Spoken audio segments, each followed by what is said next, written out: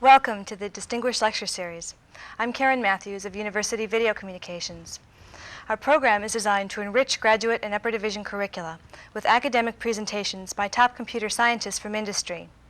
Its speakers and topics were nominated by computer science faculty of more than 50 universities. This presentation is sponsored by the Higher Education Marketing Group at Apple Computer.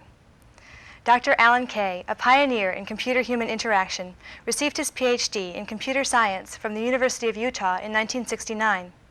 He joined the Artificial Intelligence Project at Stanford, and in 1970 became a founding principal of the Xerox Palo Alto Research Center, where he remained for 10 years. After Xerox, he was chief scientist at Atari. Since 1984, Alan has been an Apple Fellow with the charter to explore new ideas for Apple's future. His talk today is Doing with Images Make Symbols, Communicating with Computers. It's our pleasure to introduce Dr. Alan Kay. Alan? Thank you. This is a talk about the only computer most of us ever see, the one that's acted out on the stage of the screen, called the user interface design. User interface in many ways is a second stage of development after the operating system, because the operating system, as we all know, was a layering of software that tried to turn a sometimes poorly designed machine into one that was more fruitful for the software environment. The user interface tries to do the same thing. It tries to design a special kind of machine that's very understandable, very efficient for the person who uses it without removing any of the things that the machine can actually do. This talk is too short to include all of the people that contributed to user interface over the years. I'm just going to pick out a few that particularly struck me along the way and illustrate it by means of examples. So in order to get started, let's go back 25 years to what must seem like the Pleistocene age for most people in universities today, to the dawn of some very important ideas. And first was the very first personal computer, which you see on the slide here. This is a machine called the Link. It was designed at Lincoln Labs in 1962 by Wes Clark, and it's my vote for the first personal computer ever done. You see it has a display and a keyboard, and it has some funny little things that look like deck tapes, but were actually originally designed for this machine. And one of the design criteria for this machine was it was supposed to be small enough on the desk so that a person could see over it. So one of the ideas is that this machine should not be intimidating. And about 2,000 of these were built in the 60s, mostly for biomedical technicians who didn't have a mainframe at their disposal and didn't want to hire programmers to use it. They wanted something that they could build, set up experiments themselves, do their own programming. And remarkably, a very large number of the original 2,000 are still in use today, 25 years later. The reason is that, among other things, nervous systems of animals haven't sped up in those years, and so a computer that worked very well back then for doing neurological experiments works very well today. Something else was happening at Lincoln Labs in 1962, and that was the invention of computer graphics. Ivan Sutherland's Sketchpad, probably the most significant single thesis ever done, a remarkable program in many ways even today, as we'll see by looking at this tape.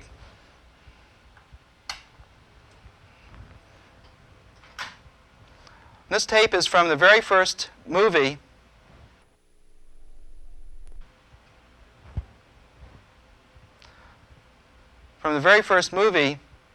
of Sketchpad, taken in the summer of 1962. So this is 25 years old. Rubber bands you're familiar with, but look at what he's doing. He's pointing at the edges and saying, I want them to be all mutually perpendicular, and Sketchpad just figured out how to do that. Sketchpad is the first system to ever have a window. He's actually drawing on a virtual sheet of paper about 1/3 of a mile on a side. And again, to get something he wants, he simply sketches it in roughly and then gives rules like be parallel and perpendicular, and Sketchpad figures out and solves the problems. Here the rule is collinearity, so that the dashes lie directly over the guidelines below. The Sketchpad was able to solve very complicated problems in real time involving both linear and nonlinear systems of constraints. So it was the first non-procedural programming system and considerably more powerful than the spreadsheets of today. So he's made a hole in the flange, continuously zooms back. Now he wants to make a rivet, and again we see why it's called Sketchpad. He just draws a rough shape, uses the center of the crossbar there as the center of the arc, and then points to the edges and says, I want these to be mutually perpendicular again. Solving that forces the crossbar to change, which forces the arc to change, which gives you a perfectly symmetrical rivet. And he shows that no matter how you distort it, when he turns the problem solver on, it will come up with a symmetrical solution. And he could have made it more complicated. He could have constrained the side lengths to be ratios of each other, or tied to some other drawing in the environment.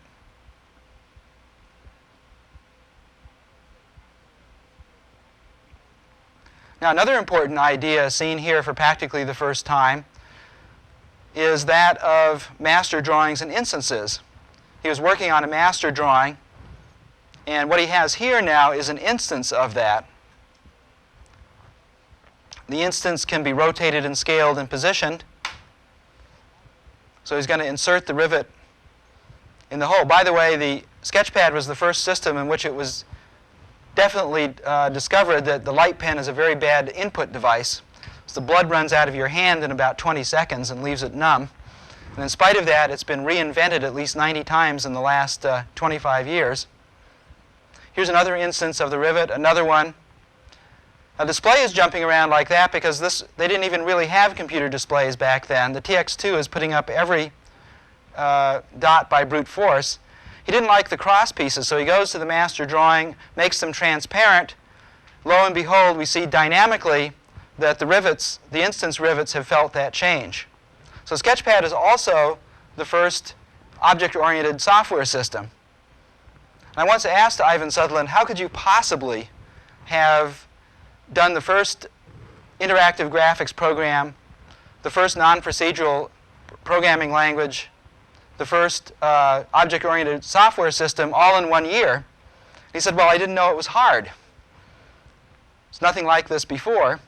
And here he's showing that every instance that you make of something, every master can create instances. So he's making a bunch of copies of the hole in the flange. Now, I'd like to tell you where you could go to buy a system as good as Sketchpad, but I don't know where, because there isn't anything like it even on the market today 25 years later. It was a one-of-a-kind thing. It ran on a machine much larger than the studio that I'm recording the talk on. In fact, it was the last computer large enough to have its own roof in the United States. That mammoth machine had all of 460K bytes and executed about 400,000 instructions per second, which meant that this machine, this supercomputer of 25 years ago, was about the size of a 512K Macintosh. So what you saw there on the screen could be done on any of the desktop computers today, but nobody is doing it. Something we should think about just why. Now, moving ahead just a couple of years, we see another pioneer, Douglas Engelbart, the fellow who invented the mouse, the black-on-white display, and the first person to successfully implement hypertext, something that everybody is talking about today. And he did something else that was almost obscene even by today's standards. He actually went and studied his users. So he would poke around in people's offices and see the way people actually worked in offices. And he discovered something funny, that even after 16 years of schooling, that people wouldn't sit hunched over their desks the way they'd been taught. Think of it, a tremendous failure in American education. 16 years of being taught to sit hunched over a desk, and people would still scoot around in their office chairs and put their feet up on their desk and so forth. And Engelbart said, well, why the heck should we make people hunch over their desks to use their personal computers? Why not build something into the, in this case, it's a lap board that's built into the arm of the chair, so as the person moves around the room and does all the things they're used to doing with their chair, he is able to also use his computer navigation equipment. Here's an example of Engelbart's system as of about 20 years ago, in a live demonstration from San Francisco. He is sitting in San Francisco in an auditorium with about 3,000 people, and his group and the machines and the rest of the paraphernalia are in Menlo Park, about 35 miles away. The program that I'm going to describe to you is quickly characterizable by saying, if in your office you as an intellectual worker were supplied with a computer display backed up by a computer that was alive for you all day and was instantly responsive,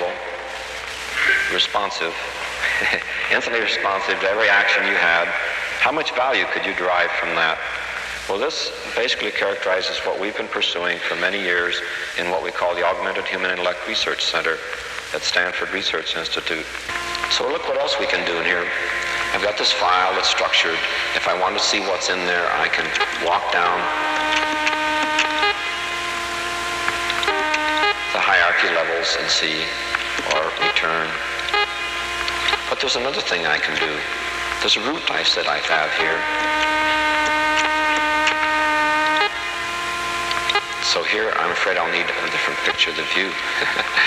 So here's what I drew with a picture drawing capability here. It's a slight map if I start from work, and here's the route I seem to have to go to pick up all the materials.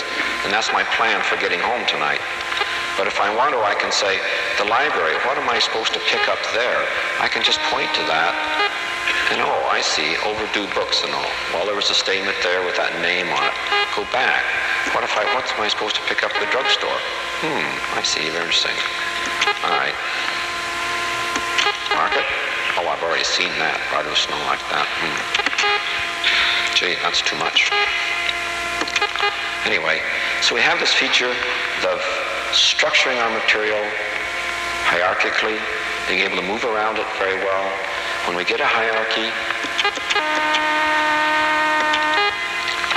such as I can show you here now, I can do things if I want to just say, I'd like to interchange produce and canned materials. Bingo. And they're all numbered rightly if I care to look. Interchanging them very quickly. Cans are going to get interchanged with produce. They do it and all gets renumbered. So I have ways of studying over, making different views, moving around, going to specified points, and modifying the structure. At the same time, I've seen that I have a repertoire of different entities. My character, knock off that character. Replace the character, make that P. So I have entities of all sorts that I can say I want to do operations on, and this basic structure that I can move over and study and get about very quickly. So that is the essence now.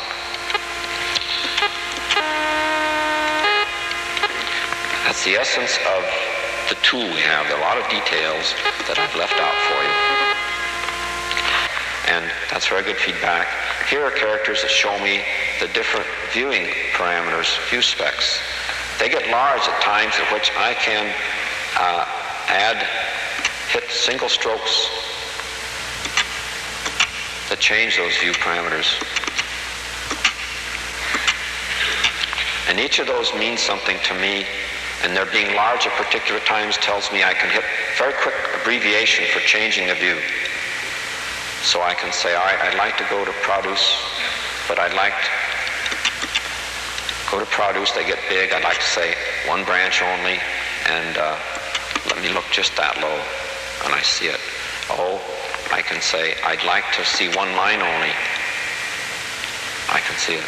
So these ways I move around, the way I get feedback up here, the way I use both hands to coordinate to tell the computer what command and what short literals I want, are all carefully designed to go together to make the repertoire. I'd like to link to Bill, and I don't know what his terminal is right now, so I have to ask for somebody to connect me to him audibly. So Bill, will you come in through this intercom? Hello, Doug. Hi.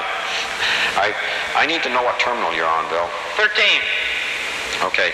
I'd like to have him see my text. And so this special thing, if I label 13, will switch over. So on his display, he sees my text. So I'll execute it.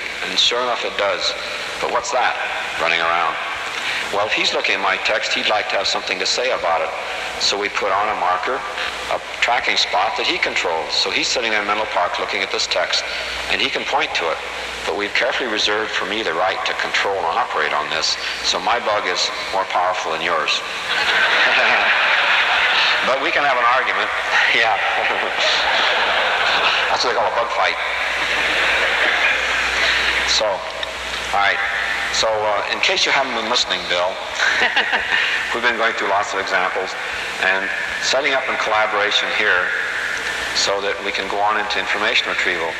And we've set up now audio coupling, and then we're both looking at the same display, and that'd be very handy to work. We can talk to each other and point, and maybe later I can hand you the chalk on this blackboard, like saying, here, you control it.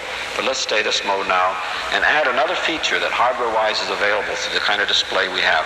I'd like to see you while I'm working on it. So before I can do that, I'd have to set up my display in a certain way.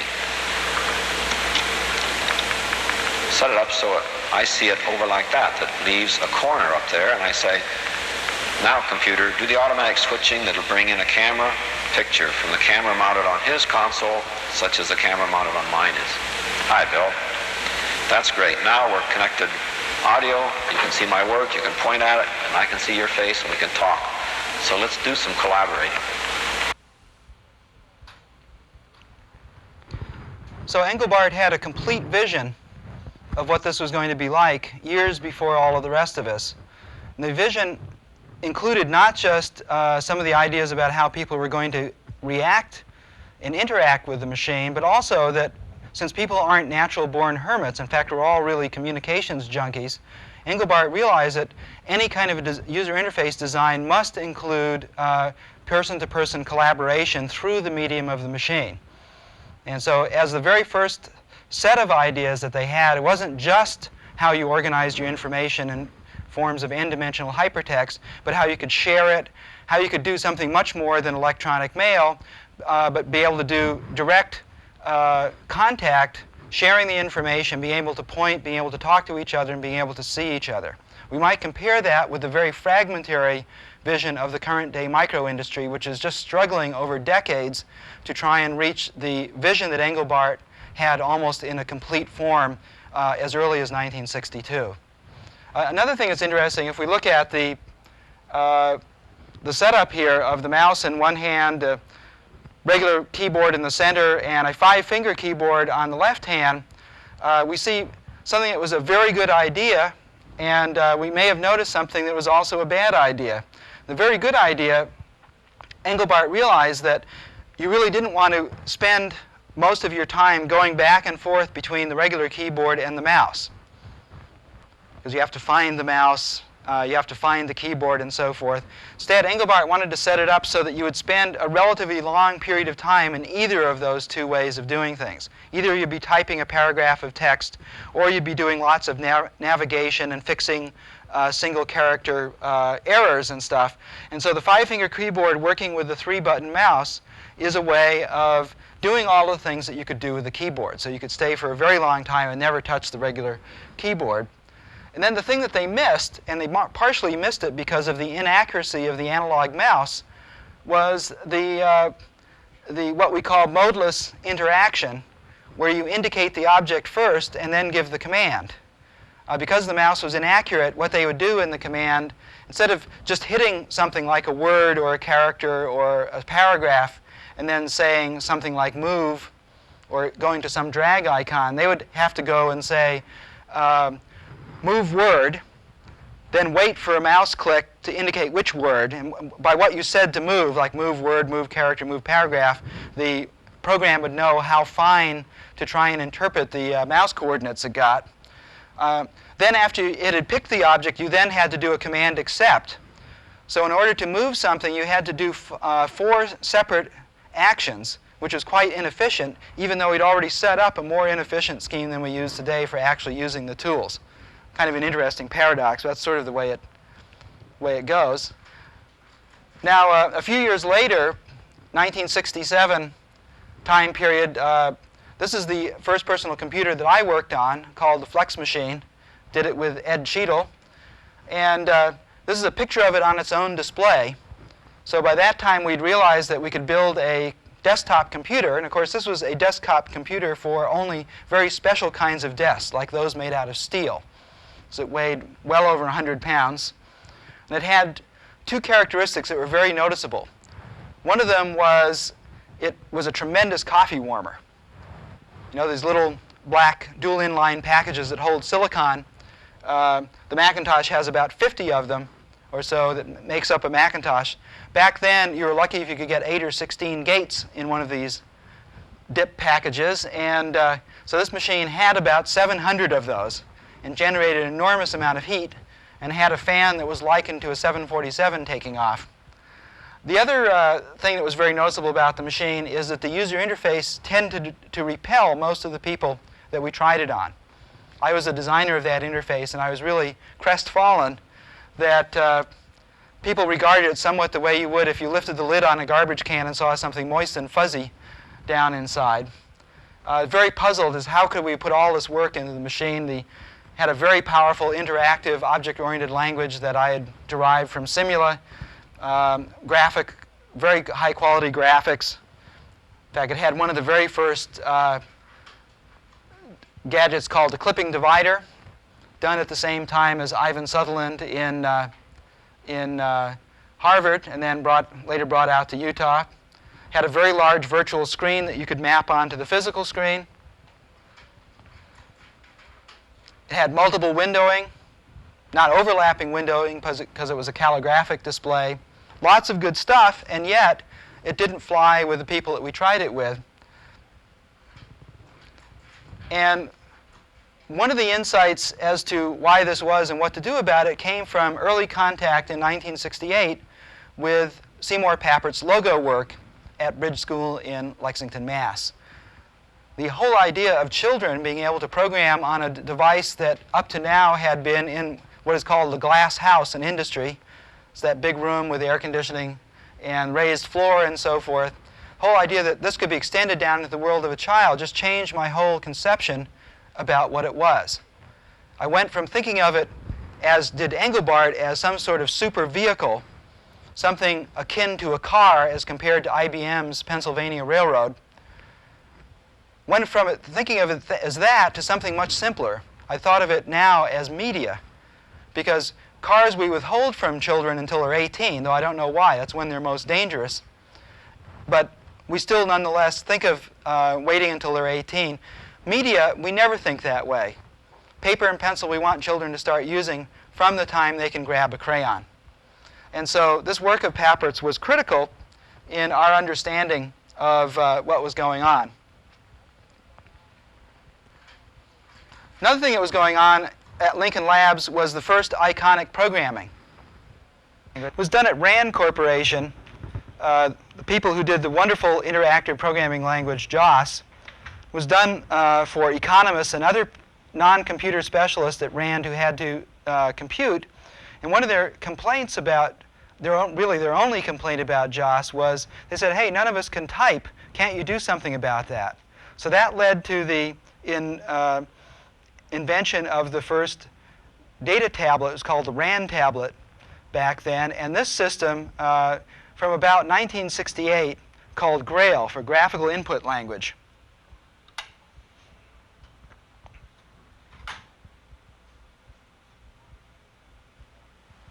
This list of processes takes us back to the topmost level, where we may start to edit the flow diagram. No keyboard whatsoever. First, we erase a flow arrow, then move the connector out of the way so that we may draw a box in its place. We recognized he wanted a box and made one. The printing Now it's in the box recognizing is his being hand used printing. as commentary only in this case. The box is slightly too large. Wants to change the so we size of the change window. its size. Here's where Macintosh window control came from, literally. Then draw a flow from the connector to the box. Attach a decision element to the box and draw a flow from it to scan. Notice that every We then command erase the flow is arrows not just attached to the iconic, but process, also place analogic. a new area, and move By the that I box to a mean new position. that it looks like the thing that you want. So if you want to scrub something out, you This scrub allows it us out. to draw a If you new want to box. draw a box, you just draw a box. It recognizes you want one, makes one the same size. chop off its Chop corner. off a corner. And label it subscan. You want characters, you just make characters, and it recognizes those. There are no With a menus to residual reach to. error. You're always looking directly at where you're working. Now notice it missed the N at the end of subscan there. Draw a He saw it, flow he hesitated, from but it's post to the world's subscan. first modalist system, Correct the so he's label. able to just go and change it without Add a issuing any decision more on commands. subscan so that You control see every will flow command to that's the actually connector being issued, and A0. they're all in the form of direct Then action. complete the diagram from scan to post. What a remarkable system that was. And when I saw that, I felt, and used it for a half an hour in 1968, I felt like I was sticking my hands right through the display and actually touching the information structures directly. This is the first system I'd ever used, and practically the only one since that I'd call truly intimate. And it was this degree of intimacy that is so important in a user interface. I used to show this movie to my group at Xerox PARC every 3 months or so we wouldn't forget what we're trying to do. Another thing that we saw in 1968 was tiny 1-inch square first flat panel display done at the University of Illinois. And we realized it was only going to be a matter of years until you could put all of the electronics that we had in the flex machine on the back of a flat panel display. You'd have something like this, which I later came to call a Dynabook. Back in 1968, when I made this cardboard model, I just thought of it as the machine of the future and started thinking about what would it be like for millions of people to have one of these machines. And so the metaphor became the pencil. What would it be like to have something like this as extant in the world as pencil and paper? Could people actually use it? And the answer in 1968 and the early 1970s was no.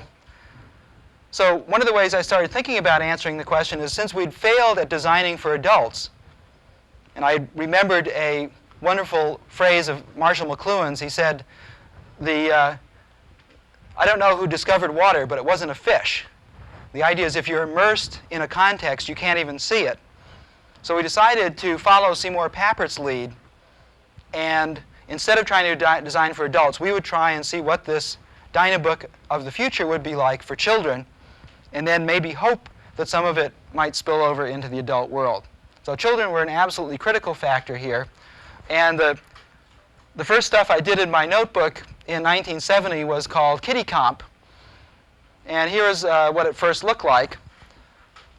It's going to be built out of a Sony Tummy Trinitron.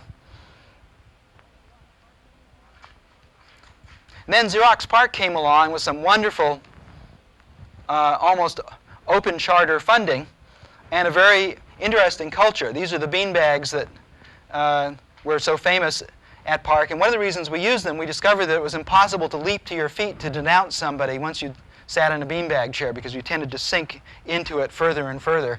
So it had a way of relaxing people and was very good for design. And then we started experimenting. So we built this machine, which was a very, very high resolution way of displaying video images. And the first fruits of that was this font editor, the first font editor done by Ben Laws. And all of a sudden, you could get images like this. That it was quite possible to mimic the high-quality printing images on a bitmap display. We got very interested in that. Trying some of these ideas out on children, we discovered they didn't always like their, you might zoom in on that, they didn't always like to have their rough drafts look like they've been printed by the New York Times. So some of the children said, well, what we really would like to have for rough drafts is our own handwriting. So they used this font editor and put in their own handwriting. And that was a way of instantly telling when you looked at a document just how finished it was intended to be.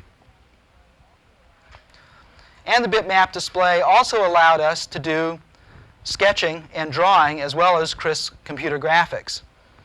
And again, one of the things that had not been possible before is doing real design on a computer. Before, people always designed on the back of an envelope and then brought the back of the envelope to the computer as a way to render it.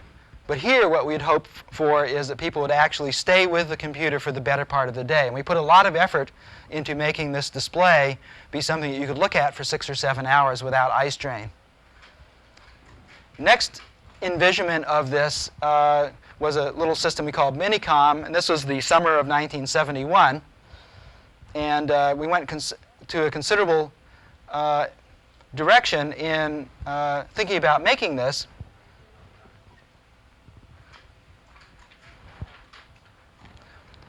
And then we also did some dynamic animation, as we'll see in a minute. Space War had a very important part in the design of things because it was a conceptually simple precursor of all of the video games we know today. It should be something that a child could write for himself.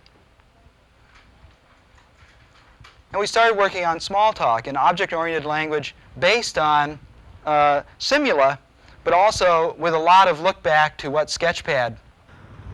Then all of this led to the Alto computer, built mostly by Chuck Thacker at Xerox PARC, the first workstation, and led to all of the subsequent workstations, and it also led directly to the Lisa and the Macintosh at Apple. We used an improved version of Engelbart's mouse, and in its early stages we call it the Interim Dynabook. We brought lots of children into PARC to work on these machines, and then we took the machines down into the Palo Alto schools, working with several hundred children in all. Here we are at Jordan Junior High School around 1976. Now let's take a look at animated versions of some of the things that ran on this machine and some of the things that the children did.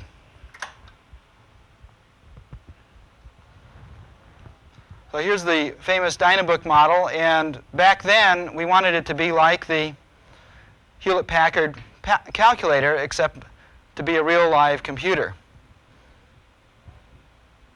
This was the inspiration for all that we were thinking about as what it was going to be like. Here's Ben Law's font editor being used to make an A in Lydian cursive.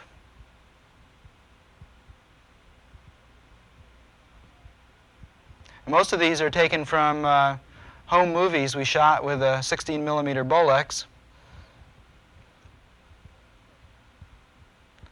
Here's the painting program. This is something I designed in the summer of 1972, and Steve Purcell implemented it. Here you see some hand character recognition. It recognized the letter C as a command for drawing circles. That was put in by John Schock. We were experimenting with this at the time. Here's an L for drawing lines. One of the nice things about hand character recognition is that you don't have to move very far to hit something. Here's a D for drawing, which fires up the painting program, and I think you can see it has most of the features of the well-known Mac Paint on the Macintosh.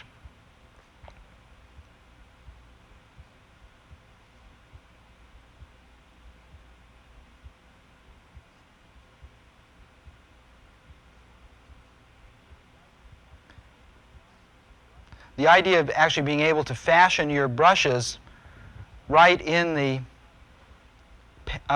the combination of canvas and palette itself was something that Purcell thought up, I think. The idea of having charcoal and airbrush effects was something that was also added at the very beginning of this program, putting in specular reflections. Here's an example of making a little brush, a bunch of different dots, pick it up, and you get some charcoal effects.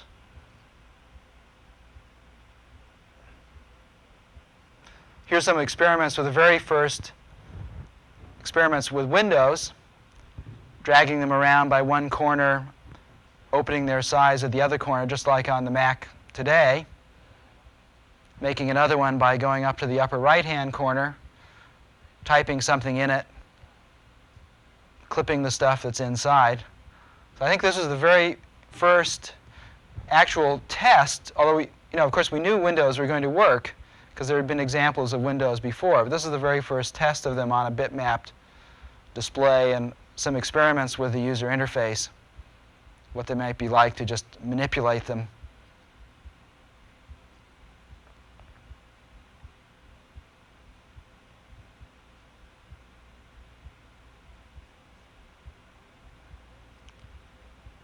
here is one of the very first group of kids. I can tell that because there aren't even display covers on the display. We had to put in old cardboard boxes to keep the kids from getting electrocuted. And this is a group of, I think, 6th graders, 5th or 6th graders. And this is Adele Goldberg, who later went on to head the group after I left Park. And she was responsible for many of the ideas in teaching the children. We first did logo-like things in Smalltalk, such as this program. And we also experimented with animated windows. Here's the very first test of an animated window, which we later abandoned because the machine wasn't quite fast enough, but I still think it's a nicer way of doing it, where instead of getting just an open frame that moves, you actually animate all of the text itself and have it occlude the window.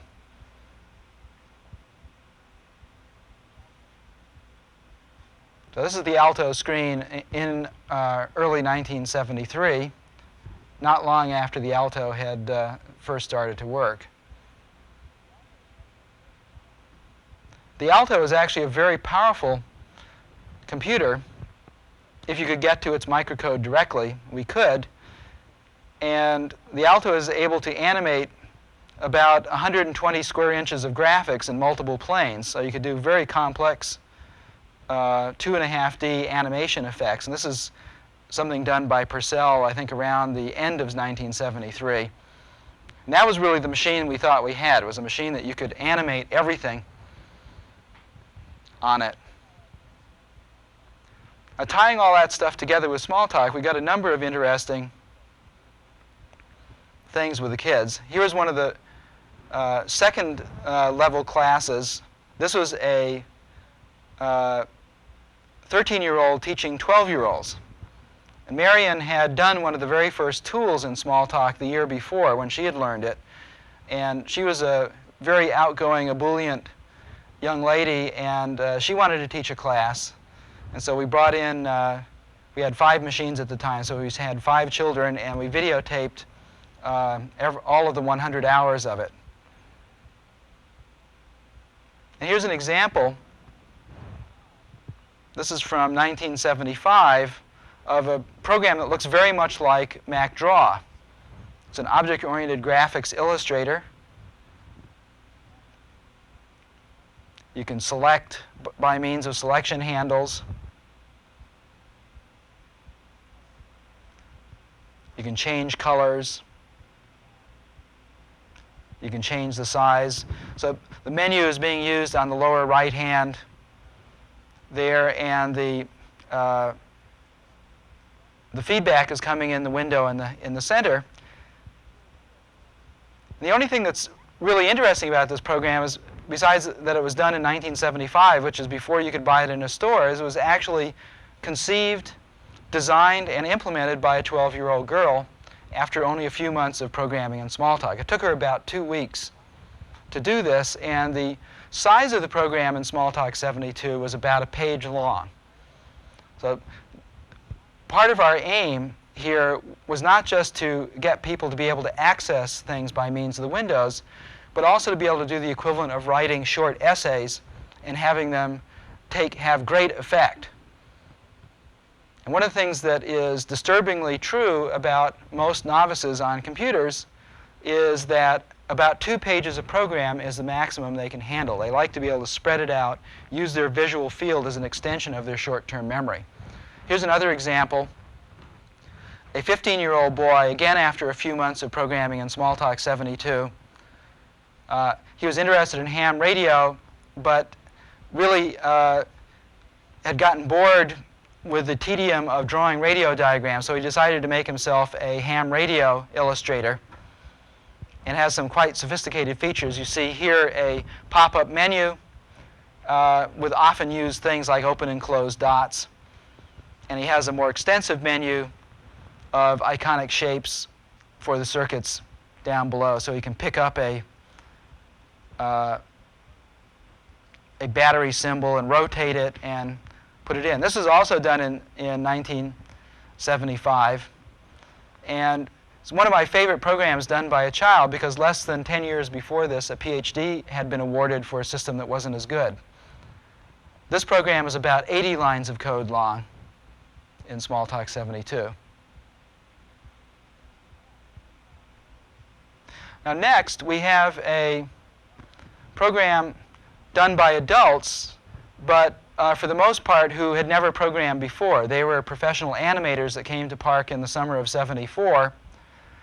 And the thing that animators would like to do is to see whether their animations are going to work before they have to go to film. So that summer they devised a variety of systems, and this is what every animator would like to do, is draw the picture, reach over into the movie window, grab the thing you've just drawn, show it what to do, have it play back. Now, of course, it's not squishing when it hits, so it doesn't look quite real. So he goes to the steps there in the iconic menu. And when it gets down to the bottom here, what he's going to do is replace that with a fresh drawing that's going to come from another transparent cell that he overlays in the drawing windows on the right-hand side. So the drawing windows can have several transparent cells overlaid each other. He uses the old one for registration purposes. So he's now drawing on another cell, and that drawing will be inserted into the animation as the animation goes. And now the animator can see how much detail he has to put into that squash drawing before we see it as actually squashing. And he obviously has to at least put in the specular reflection on the ball. There he goes. And now we see it as a deformation, even though it's a one-frame change. That program was about 5 pages long, which is longer than children can actually do. But here's a 12-year-old girl that was very interested in horses. And so she spent some time getting the correct gait and animating a horse across the screen. But then she wanted a feature that the adult animators hadn't put in, and that was to be able to combine 2 animations into a single one. So she has the horse animation going over there, and here she has a jockey animation.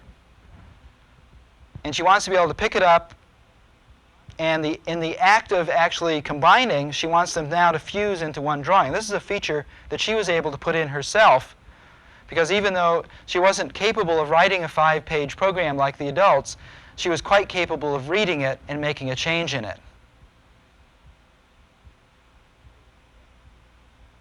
And here's the finished animation.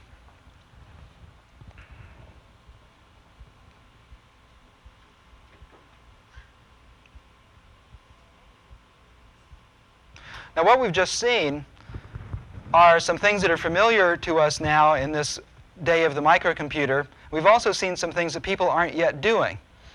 People don't usually sit down and do for themselves a complete tool like an Illustrator. They go to the store and spend several hundreds of dollars, and yet here we see 12-year-old children coming up with the idea and being able to implement it, and not only being able to implement it, but being able to implement it in a very compact form.